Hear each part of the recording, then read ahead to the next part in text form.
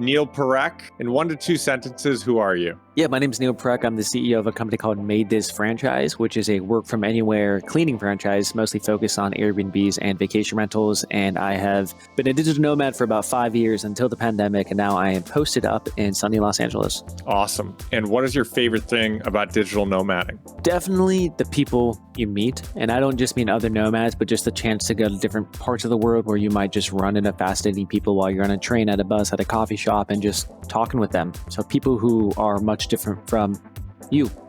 That's the best part. And where are you now, and what are your 2 to 3 favorite cities in the world? Currently in Los Angeles, which is kind of my home base, and my 2 to 3 favorite cities in the world. One would probably be Cape Town, South Africa. I loved Budapest. And my third one would be Chiang Mai, Thailand. So try to strategically pick different continents there.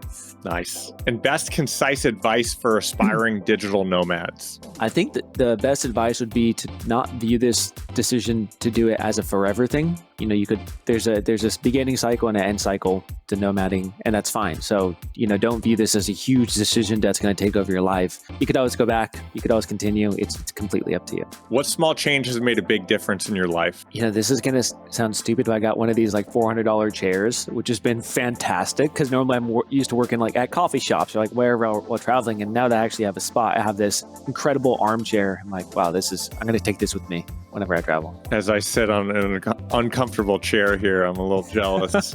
What's your favorite book? I'm reading one right now. I don't know if it's my favorite book all the time, but it's called Story Worthy. It's how to actually craft a fantastic story. I know these are rapid fire questions, but I found this so helpful when you're nomading because you're going to meet such fascinating people, have great stories, and you want to tell them to people. Being able to tell them effectively is such an art. So Story Worthy is the book I'd recommend. And if you had 20 seconds to live, what message would you share with the world? I would probably say there's not one size fits all for lifestyle. Oftentimes we, go through life in society and think, hey, we have to go to college, get a job, get married, have kids. And some people live another life where they think, hey, that's not in the books, and they just can travel all the time. It's really choose your own adventure would be my message. Well, thank you for the quick rundown there.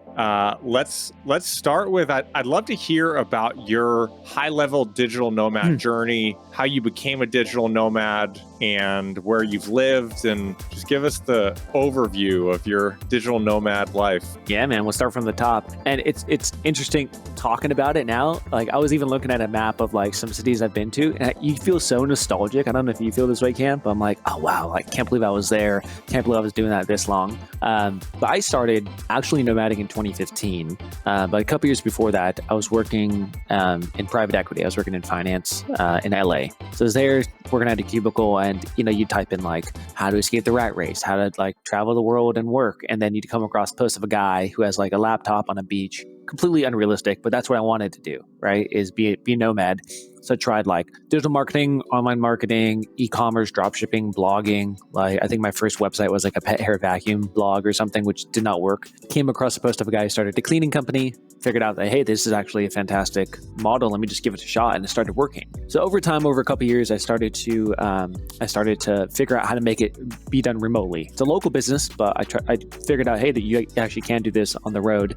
And in 2015, I quit my job and booked a one-way flight to Colombia in South America. And I just started traveling. And that was the initial trip. I think it was like a 3-month backpacking trip, like going fast, like each city for 1 week, each country for 3 weeks, hostel hop in, just partying all the way from the top, all the way down to Patagonia. I thought I did that. I came back for Christmas, and I thought, I'd probably do this for like a year, kind of bounce around and see what's what. So after that, I think I went to like a lot of Latin America initially, like Guatemala, Nicaragua, things in my time zone, and finally made it over to Budapest. And that was the first year. And then progressing from there, things keep going, right? Then it was 5 years down the line and I was still nomading. So that's the initial story. Awesome. And how has your speed and your traveling style evolved from how you started? It sounds like you started really fast. Now it seems like you have a home base in LA.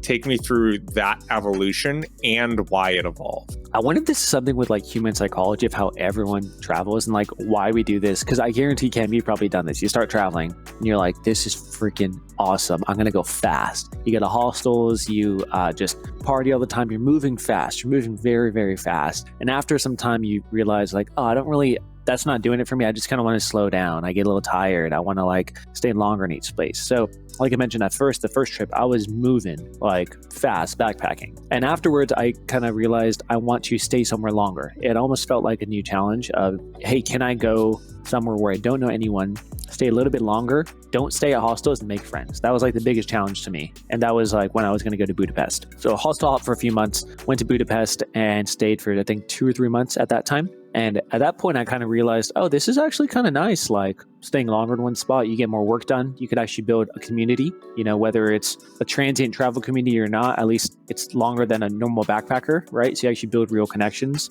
I felt like I got to know the place much better. So at that point, I started realizing, oh, I like kind of having these at least 1 to 2 month stints in places as opposed to rapid fire, which I was doing for, 6+ months. So that's when it kind of morphed that way. And then eventually kind of transitioned to, I learned about co-living places. Cam, have you ever stayed at a co-living spot? I have not. I kind of like, personally, I kind of like being in my own space. And I don't even necessarily love co-working spaces, because when I'm most productive is sort of when I'm the most antisocial. Okay. Like, in some ways, like I also, I mean, you referenced hostels a bunch of times, which do seem like the easiest way to meet people. But I've generally think like if I stayed in a hostel, I think it'd be so difficult for me to be productive. Just you can't I think work. part of it's just me like absorbing other people's energy.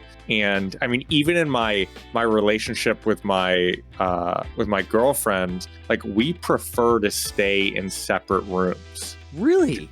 Yeah, which I mean, this is, I guess, a whole nother can of worms I'm opening. But I think a lot of it for me just has to do with, I think I really absorb other people's energy, and I really like being in my own energy and being able to like just think by myself. And so, would your answer change if you were 24 years old? I mean, I started nomading when I was 25, and even then, I definitely preferred to be in more independent, more like either studio or a bedroom in a house. Yeah.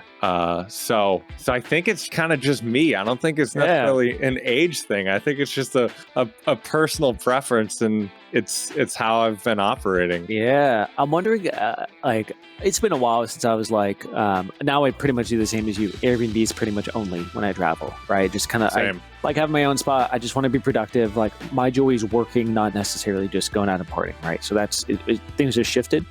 I'd be very curious, since I haven't done co-living in like 2-3 years at this point, how much I would like that. And co-living, I think, is like co-working. I wouldn't even call it hosteling, but like co-working plus Airbnbs. Like, there's people who are living in the same home for like 3-4 months at a time, if not more. So you have your own room, everyone kind of co-works together. Then you guys do shared activities nighttime. That's great. But I'm wondering if it's great from nostalgia purpose, right? Same as like I graduated from hostels. I graduated from other things. I wonder if I've already graduated from co-living, but just don't even realize it. Yeah. It'd be interesting. I mean, maybe I should go do a co-living experiment. I think part of it for me, I guess, especially when I started traveling, it feels like co-living, hostels obviously less expensive than Airbnb. Co-living like outside generally seems to be way more expensive than an Airbnb. And so I think the frugal part of me is like, I think I'm okay. I'd rather just have my own spot and do my own thing. But I get the appeal of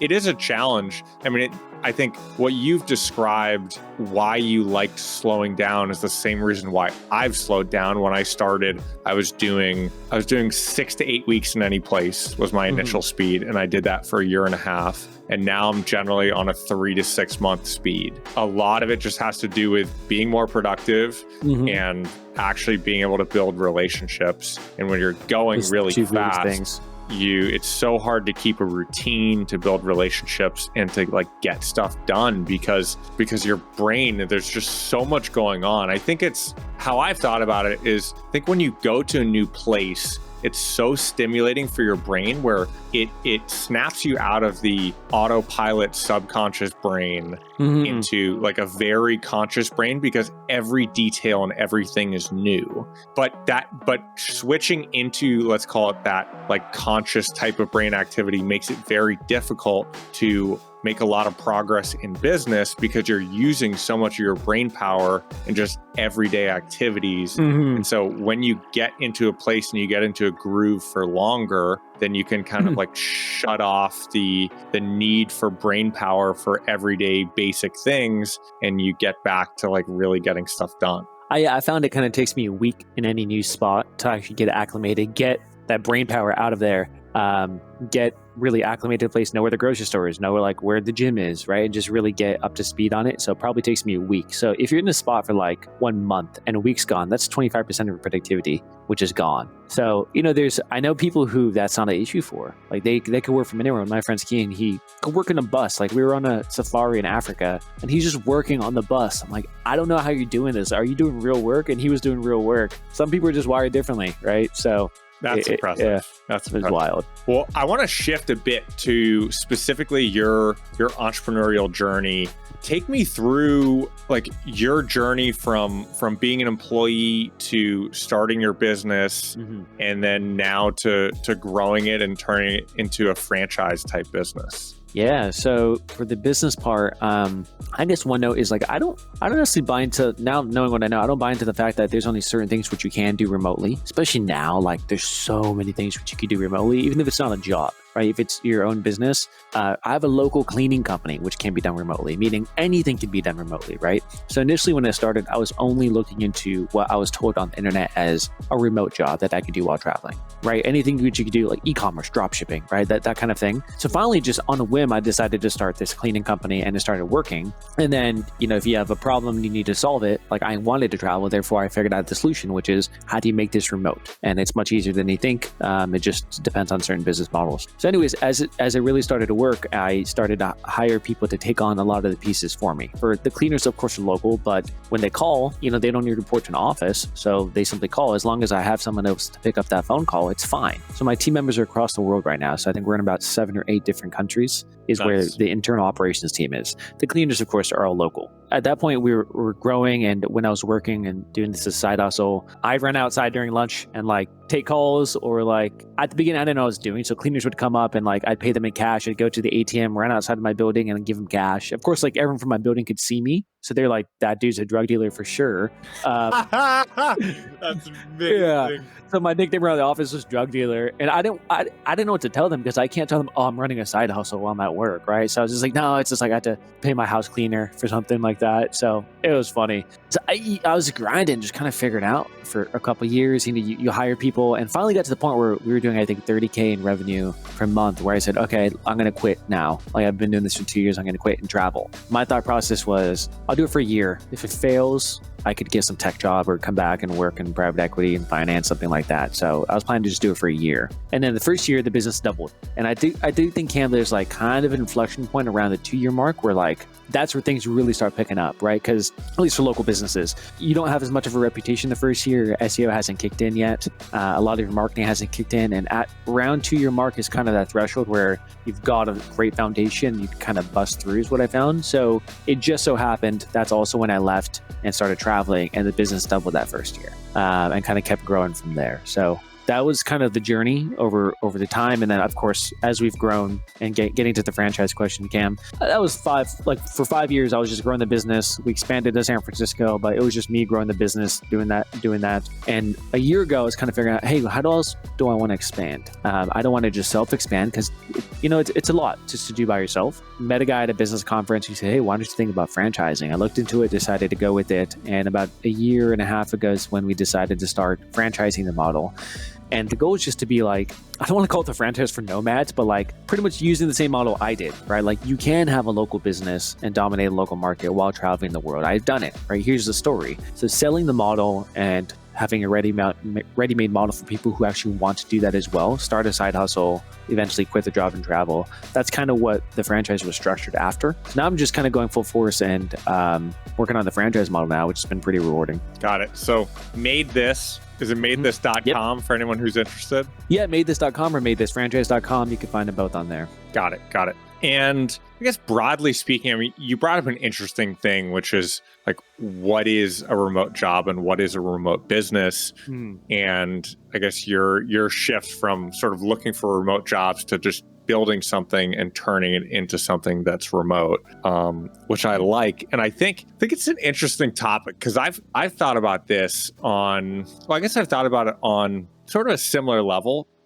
Think about like, what is a passive business? Like, when does a business change from being an active business to a passive business, at least for you as the owner, which in many ways is a direct parallel to when can it be remote? Because by definition, if you have a local business and you're no longer involved in the day-to-day operations, then, you can be remote. Correct. And I mean, I think kind of to your original point is after you get through the launch and initial scaling, you can put other people in place to like run the operations, and you get yourself out of the weeds where you're in a strategic overseeing non-day-to-day role. Almost anything can become a remote business. I agree. And I think there's probably two ways to think about it. You could either start a remote business by having a business model which is conducive to be remote. And I'll talk about even just from the local spectrum. A lot of home service companies can be done remotely. Cleaning companies, window washing, junk removal, like a lot of these type of things you can do remote because the technician is dispatched from their homes to the job site. So all you need to do is make sure you can coordinate stuff. It doesn't matter how you do that. If you schedule from Argentina, you pick up calls from Budapest, it doesn't really matter.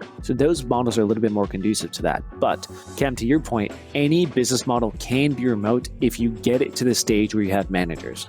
For example, at McDonald's, I guarantee you the person who starts any McDonald's, because it's $1 million buy-in, is remote. Is that what it is now? It's $1 million to get like McDonald's? Yeah, because for the buying, for the real estate and all the things needed, like you need $1 million liquid. I actually don't know how much it costs to open it up, but you need $1 million liquid to be able to do it. So yeah, it's a lot, right? But the guys opening that are not the ones running it. Guaranteed, they could be remote. They could open up at McDonald's and be remote because they have enough managers and they've invested enough. So those are two ends of the spectrum. What you said, Cam's kind of right in the middle, is if you could start a business and get it to the point where managers can mostly manage it and you're providing LMA, which is leadership, management, accountability, all of a sudden remote as well. So there's many ways to do it. And that's kind of the spectrum I see of how you could go along with it. Things which can't be remote is like, don't be a personal trainer. Yeah, things which are dependent on you physically being there, obviously not great to be remote. So, oftentimes I say, why reinvent the wheel? There's lots of models which are great for remote. Just copy. You don't need to completely reinvent the wheel with something. Yeah, it seems like on the personal trainer example, the model that a lot of people have moved towards to make things passive and remote is to switch things into being info businesses. It's like taking a local business, like, personal trainer or something like that, and changing it to like, here's an info course on either how to get shredded or on how to start a personal training business. Yeah. And I mean, that's where I've moved most of my focus is into the information space, less so right now on the course side, but the both info products where people are buying things and then like content affiliate stuff is definitely very like remote and flexibility oriented, which I really like. I'm wondering if someone can start that, like, let's say they're like, I just want to go be remote. I'm going to start an ebook, which I sell. In theory, many people can, but like, I guess what I hate are people hawking the dream of becoming a digital nomad by buying my course. It's like, tell me a more repeated playbook than that, right? And most of these people just are buying a course about how to start a course and then sell it to someone else, selling a dream of becoming a digital nomad. And so sometimes I'm wondering, and I'm curious on your opinion, Cam, you have a background in what you do. You have an audience, you have a platform. For you, it makes a ton of sense to do an ebook. What would you recommend to someone just getting started who says, I'm going to start an ebook and sell it, or a course, and that's how I'm going to achieve freedom and travel the world? Ooh, that's a big question. That's a heavy question. I think that's a tough one. I think, I think on the ebook course side, I think ultimately, I think there's one thing. I think there's a big shift happening in the world where traditionally we looked at school and college as the places where we got educated. And now it has become, education is everywhere. It's YouTube, it's podcasts, it's tons and tons of things. And this is a long-winded answer, but I'll get to sort of your answer. Okay. But until probably a year ago, I definitely had a very negative slant towards courses, where I looked at courses and I was like, there's a lot of people kind of hawking things and selling things. And and a lot of them don't seem that great. And it kind of, I'm like, this feels like a fast, like almost cheating way to make money, and you're not adding that much value. I've definitely shifted, especially when I think about the cost of my education and how low quality a lot of it was. And so thinking about it in parallel, thinking about courses as like an independent thing of like, how does this stack up with college education and like other sort of normal education forms that people pay for? And I mean, I went to USC, where probably each course that I was taking was, I don't know, $4 or $5 grand or something like that. And I mean, I had a couple courses with professors that like did not speak English, where I didn't learn anything and I just didn't even go to classes. And I think on the course side, I've warmed up and I've been buying more courses in my own life. And I think a big part of that, I guess, is just I feel like I don't know if this is good. It's fine. Yeah. I'm defending courses. Actually, because I will admit, I got into like a big argument. This is on the night I met our mutual friend David, who introduced us actually in Bali. This would have been 3 or 4 years ago. I got into some big argument with some guy who was selling high ticket courses over the phone, and I was kind of like grilling. And I'm like, do you really think what you're doing is like ethical? And I've definitely since switched sides on this one. His argument back then was that this is like free market, and some info is great, some info isn't great, and it's kind of on the consumer to decipher what is valuable and what isn't, which I'm not quite that free market about it. Like, I ultimately think, and this more directly answers your question, if you're not offering a good like a good product, a good information, you shouldn't be selling. Like, you shouldn't be selling something to get rich. You should be selling something to add value. And if you like make a lot of money in the process, that's great. Like, good for you. And as long as, you know, the people that you're selling to are getting benefit out of this and it's a net positive for both parties, like why, you know, trade of goods and services like exists so that people can mutually benefit in exchanges. This guy that I got into argument with, he much more believed like you don't necessarily have to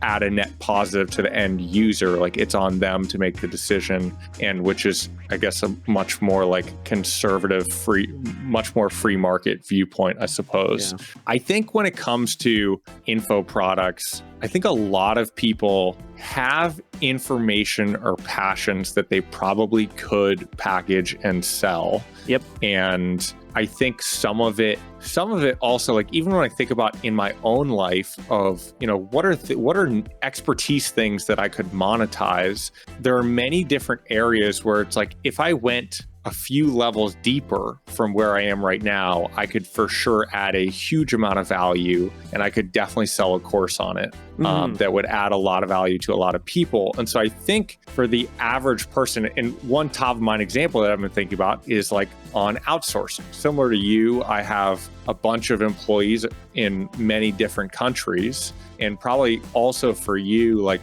I don't know how you view yourself on the outsourcing side, but hypothetically, if you spent a year just experimenting and running tons of tests and going 3-4 levels deeper than you are already on the like outsourcing and remote team side of things, you could become probably like a leading expert. Probably as could I. Like, if I devoted a year and, you know, stopped watching TV and like really, really went deep. Yeah. And I think it's the same for the average person. If it's, you know, whether it's someone who has a background in surfing or is really into meditation or whatever it is, if you go a bunch of levels deeper on something that you already know really well, there is probably a pathway to you making a solid amount of money, or at least a stable income, like selling courses or doing coaching on that topic. I want to say I had a negative opinion on courses because I just bought a course like 2 days ago on DeFi. I was thinking about it, like my brother-in-law, fantastic at like negotiating deals with just like T-Mobile or anyone, just saying, hey, like Curry Cable Company say X, Y, and Z, and you're going to get half off. And he just does this for every part of life. And in my mind, I'm thinking like, I don't want to solve this. I'd rather one, pay someone to do it, or I guess you could just tell me what to do and I'll just go do it. He could package that and sell it as a course, and it makes a ton of sense for something like that because he's providing real value. I guess where I don't like seeing it, at least in the Nomad world, is here's a course on how to sell courses about how to microblog, and then you sell that as a dream to travel the world. Or here's like a tweet I recently saw, posting your income on Twitter and then talking about your ebook is a self-fulfilling prophecy. That's totally true. You just post like, I make X amount of money. Here's my e-course. And then people are going to buy it. And all of a sudden, yes, now you make X amount of money. So there's just, I guess my point is, there's a lot of like kind of predatory things in the Nomad world. Most of the e-courses are probably great and that should provide value. And if you're going to start an e-course, do it off something you have expertise in, but beware of like, I would call it the predatory Nomad stuff. Cause I bought a lot of that stuff in 2015 when I was trying to get out of the rat race. Right. And there's just so much out there. Yeah, I definitely feel that. I mean, I feel like a lot of the digital nomad marketing is, I mean, it's the same pitch as like how to make money from your laptop on the beach. And people sell that dream to hook you in. And it's kind of why I haven't gotten into the course game yet is like, I don't necessarily feel like I have a full package where someone can leave. It's like with a lot of things, I understand it enough to do it myself, but I don't know if I'm ready, if I'm understanding enough to like teach it. Even on the outsourcing side, it's like, okay, I'm close. Like when I think about doing an outsourcing course, it's like I would really need to sit down and spend a bunch of time to really organize and systemize my thoughts, because I feel like there's a lot of internal processes and thoughts for not just that, but for other things as well, where it's like, I understand it enough to do this, but understanding enough to teach it so someone can take a course and leave with like an actionable step-by-step, very clear, well-structured thing is a slightly different ballgame. I feel like you almost just have to do it once and then you figured it out. And I'm thinking about franchising, which is literally what it is. You are buying this because I'm telling you, you will be able to do it. And I'm going to bet on you to do it and quit your job and travel, right? That's what the franchise offering is. I remember with David, when he started, and David, our mutual friend, is the first Mathis franchise owner. So I got as much as I thought I needed to do set up with him. And once we actually launched, I figured out, oh, I should totally have a course or a lesson on this, or, oh crap, I did not figure that part out at all. Let me go and do it. But the trick for me was just being able to work with someone like David who understood that, hey, he's one of the first ones coming in. It's not going to be buttoned up and that's okay. And I just overcompensated by being hyper involved in his operations and making sure it was a success. Franchise number 2, better than the first one in terms of what he needed to, but there's still stuff where I'm like, oh, for example, he's in a smaller market. I didn't take that into account in terms of the marketing tactics I'm teaching him. Therefore, I have to now reinvent it and learn it myself. Then I can teach him. So at least for me, it's kind of been a ongoing process of I need to learn it to teach him.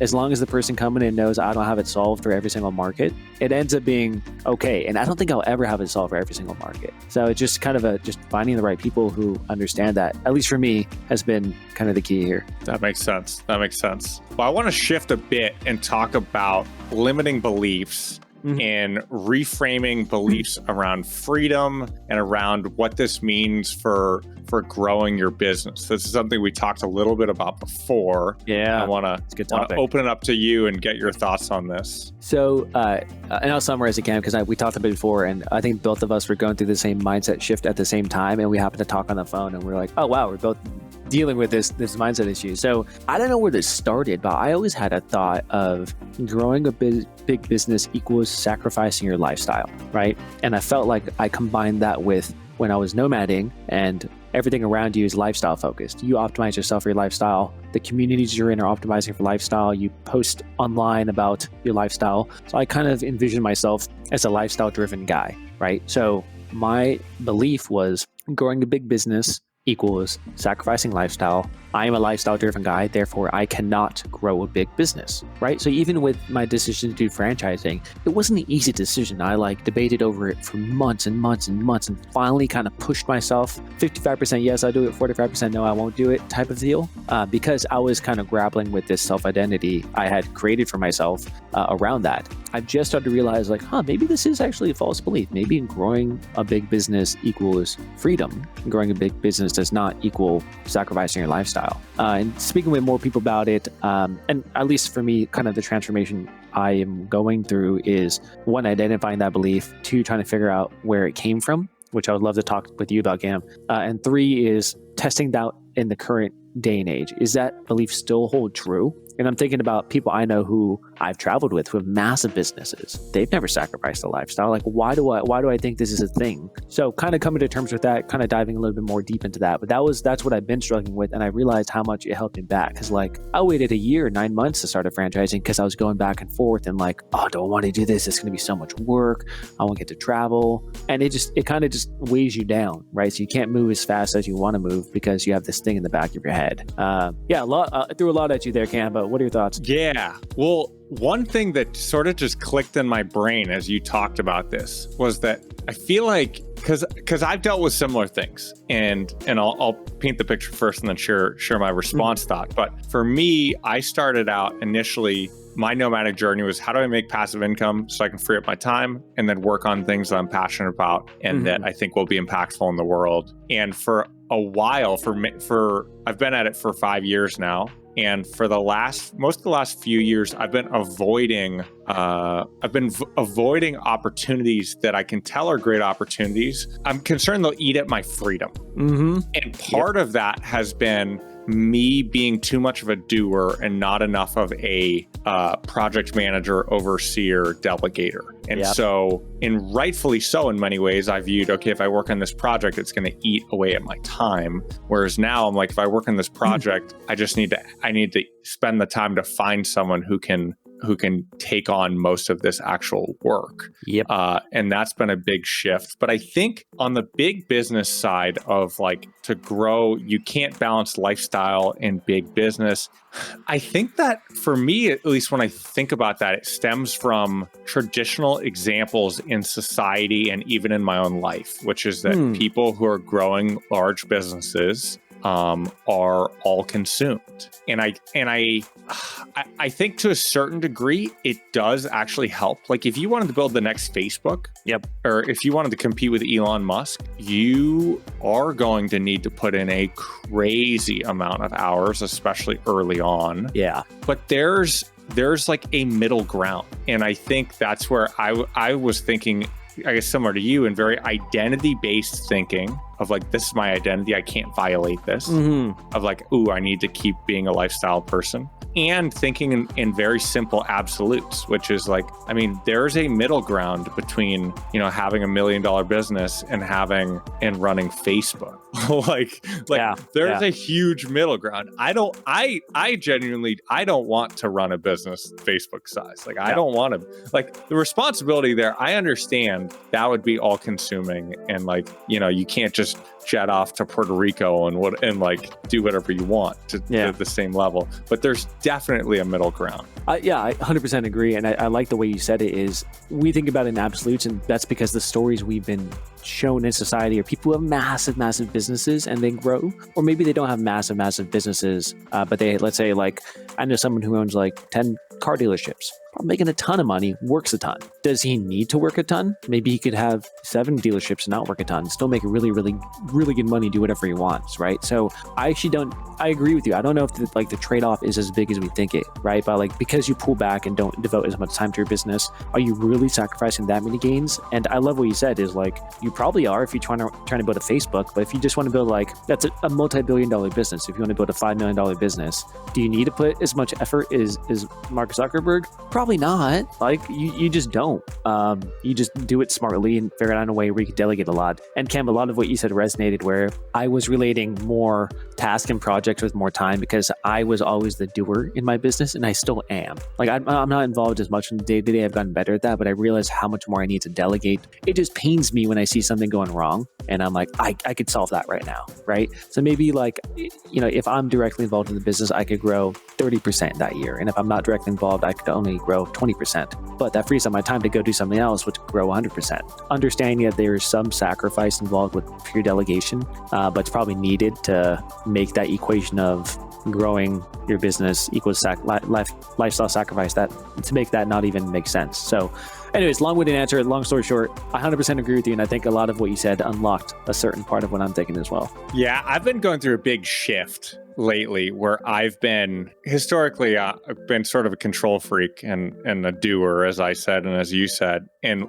lately I've been delegating a lot more. I've been trying to hire much better people, like hiring, instead of hiring executors, hiring playmakers. Yeah. Trying to hire a lot more playmakers and giving them more open-ended projects where I'm doing, instead of defining things tightly for people, I'm giving people more open-ended projects and letting them run with them. And then I'm also just giving up control a bit. And I think part of that is, this may not be like, I don't know if Zuckerberg or Elon Musk would like this answer, but I would rather have someone else who does something 75 to 80% as well as I think I can do it than to do it all myself, especially if it's like if the difference between 75 and 100% on that task isn't like do or die for the business. Like I would rather I'd rather have 10 people who I think are somewhere in the 75 to 80% range, rather than myself doing everything and stuff falling through the cracks because I'm overwhelmed. So here's kind of a good hypothetical to run through. Would you rather have a $1 million business where you're involved in it, maybe not 40 hours a week, but you're still hyper involved in it? Or would you rather have a $500,000 business, but you're not involved in it at all? Now I'm taking the $500,000 business. Same. If you can build one without you in it, then you should be able to build another one without you in it. Or you can free up your time to do whatever. Like the time, I think and that's where for me, like delegating and hiring, I've viewed in the short term, those as being investments for the long term. Like even if the business, I'm not getting this stuff perfect, it's like if I master these skills of delegating and hiring, those are the skills to get to like the next level. And I could see why we developed this mentality, because at the beginning of our business and most businesses, you're doing everything and you're probably hiring cheaper labor, which you have to tell them what to do. So over X number of years, you just got in this role of like, this is how business works. I have to direct people in order to have them do what I want to do. Versus I'm wondering, Ken, if like we hired doers and high level people from the beginning, assuming we had money, I wonder if our mentality would be very different, because we would have seen at the beginning of business, oh, it's a success and these people are doing a lot more what I envisioned. That's cool. That's just how business runs. Versus our take is we were doing everything at the beginning. We were directing traffic, and to some extent, I'm still directing traffic. That's what I want to get out of. Yeah, I resonate with that, because I couldn't hire great people. And I feel like I came from an employee situation where I was just working with a lot of people who I didn't like working with. And I was like, I just want to do something. Like, I trust myself. Let me do this. Yeah. Well, I want to shift real quick to doing a deep dive on a Nomad location. I'm thinking we hit Chiang Mai here, since you listed that as one of your favorite spots. Yeah, I was there for 2 years in a row, I think 3 months at the time. So maybe 5 months total. Nice. Well, give me your general thoughts. Obviously, it's going to be totally different with COVID, but we'll talk pre-COVID Chiang Mai. Give me your general thoughts and pros and cons on Chiang Mai. So Chiang Mai is kind of like the Nomad, like Mecca, right? Like you have to make your pilgrimage to Chiang Mai at some point if you are a Nomad. Pilgrimage. For sure. Right there. So I went there because I went to a conference called for Dynamite Circle, which is like an entrepreneur group. I went to a conference in Bangkok, and everyone after the conference in October migrates over to Chiang Mai, and everyone just kind of posted up there. So my take on Chiang Mai is it's great for a good chunk of the year when there's great weather. But then in Chiang Mai, starting in like February, they have burning season where the farmers around burn crops, and it becomes like cancer. Like you can't really stay there, right? So I don't think the whole year it's great, but the times it's great, it is like next level great because of the community. Right. So people gravitate towards Chiang Mai normally for a couple of reasons. Number one, cost of living. Like if I had a studio there, $400 a month. Great location, own spot, like super cheap. I know people who have $200 a month. I know people who have, $700 a month. But like for under $1,000 a month, you're getting a nice place in Chiang Mai. And all of Thailand, food's fantastic, incredibly cheap. The people are extremely friendly as well. So those are all the pros and why a lot of people go to Chiang Mai. Another thing I like about it, Cam, specifically like Thailand and Chiang Mai, is like because of the reason I mentioned, it attracts a lot of nomads. I couldn't go to a coffee shop like when I was there where I didn't know someone. And I don't know that many people, but just like everyone seemed to be there, and you're always going to run into other people who are like-minded because everyone's a nomad. So it ends up being just a really cool community, and you feel like it's like college all over again. Like you're walking around campus and you see people that's kind of how Chiang Mai felt, because it's pretty small as well. Yeah, I spent 2 months there right at the beginning of my Nomad trip or my Nomad journey, and I can definitely attest that it is a great spot and it is like a hub. And I think there's a big advantage, especially when you're starting out nomading, to being in places where there are lots of other nomads and where it's just really easy to be a nomad, because it's like a great way to break in. I mean, for people that go to places that aren't as popular, it's harder to meet people. It's harder to get oriented. The Wi-Fi there, obviously, is great. That's like one of the big draws, very stable. And yeah, my apartment there was $300 a month. Man. And it's tough to beat. And on the nightlife, I feel like I would describe the nightlife in Chiang Mai as, I don't know if it's like world class, but it's very fun with a lot going on, a lot of backpackers, a lot of expats, like pretty vibrant, maybe 7 nights a week. Like I feel like I remember it being pretty poppin'. So that'd be the one downside I would personally say about Chiang Mai is I don't think the nightlife was that great if you're not a backpacker. Like I had a great time there, right? Like you have friends around, you meet friends, you go out for drinks and stuff like that. But there's just one spot in Old City where there's like Zoe and all these different bars, and like it's just kind of one main drag where you could go out at nighttime, and things shut down around like midnight, maybe 1 at the latest. Yeah. And it's going to be mostly backpackers who are around there as well. So nightlife, probably not that great. I'd say that's the one biggest downside, in my opinion, about Chiang Mai. Got it. Yeah. And for someone who's thinking about Chiang Mai, what would you recommend on the neighborhood side? Did you live in